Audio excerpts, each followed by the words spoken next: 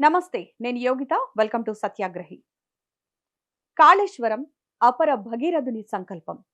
కాళేశ్వరం తెలంగాణ వరప్రదాయిని. అలాంటి కాళేశ్వరంపై కుట్రలు నడుస్తున్నాయి. కాళేశ్వరంతో లక్షలాది ఎకరాలను కేసీఆర్ సాగులోకి తీసుకొచ్చారు. అలాంటి అద్భుత ప్రాజెక్టును పూర్తిగా మూలన పెట్టేసేందుకు కుట్రలు చేస్తోంది కాంగ్రెస్ సర్కార్. తెలంగాణ నేల తడారిపోతుంటే, చుక్క నీటి కోసం జనం అల్లాడిపోతుంటే, అసాధ్యమనే మాటను సుసాధ్యం చేస్తూ ఆవిష్కృతమైన అద్భుతమైన ప్రాజెక్ట్ కాళేశ్వరం. ప్రపంచంలోనే అతిపెద్ద మల్టీ స్టేజ్ లిఫ్ట్ ఇరిగేషన్ ప్రాజెక్టుగా గుర్తింపు పొందిన ఈ నిర్మాణం నేడు రాజకీయ కుట్రలకు కేంద్ర బిందువుగా మారడం దురదృష్టకరం. తెలంగాణ రాష్ట్రం ఏర్పడిన తర్వాత ముఖ్యమంత్రిగా కేసీఆర్ తీసుకున్న అత్యంత ధైర్యవంతమైన నిర్ణయం కాళేశ్వరం. నదులు పారుతున్నా మన పొలాలు ఎండిపోవడానికి గల కారణాలను సాంకేతిక కోణంలో విశ్లేషించి, సముద్ర మట్టానికి ఎంతో ఎత్తులో ఉన్న తెలంగాణ భూములకు నీటిని మళ్లించడం సామాన్యమైన విషయం కాదు.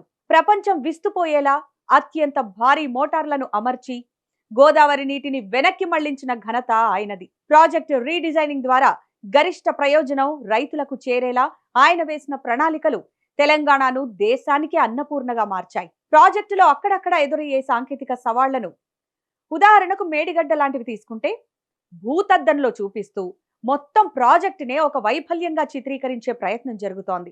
రాజకీయ అస్థిరత.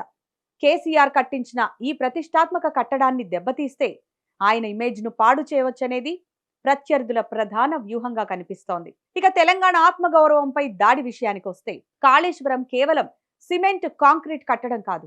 అది తెలంగాణ రైతన్నల ఆశల సౌధం. దానిపై బురద జల్లడం అంటే రాష్ట్ర ప్రగతిని అడ్డుకోవడమే. ప్రకృతి వైపరీత్యాలు వచ్చినప్పుడు లేదా భారీ వరదలు సంభవించినప్పుడు కట్టడాలకు కొన్ని మరమ్మతులు అవసరం కావడం సహజం. అయితే దీన్ని అవినీతి లేదా నాణ్యతా లోపం అనే ముసుగులో కప్పిపుచ్చే కుట్ర సాగుతోంది.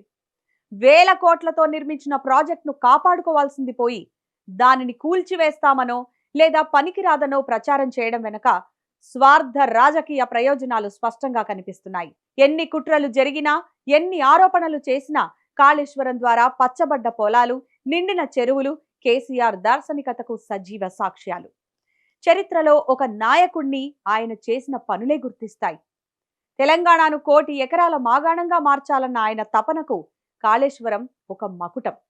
వందల అబద్ధాల కంటే గట్టున పారుతున్న ఒక్క నీటి చుక్క ప్రభావం శక్తివంతమైంది. ఆ సత్యమే చివరికి గెలుస్తుంది.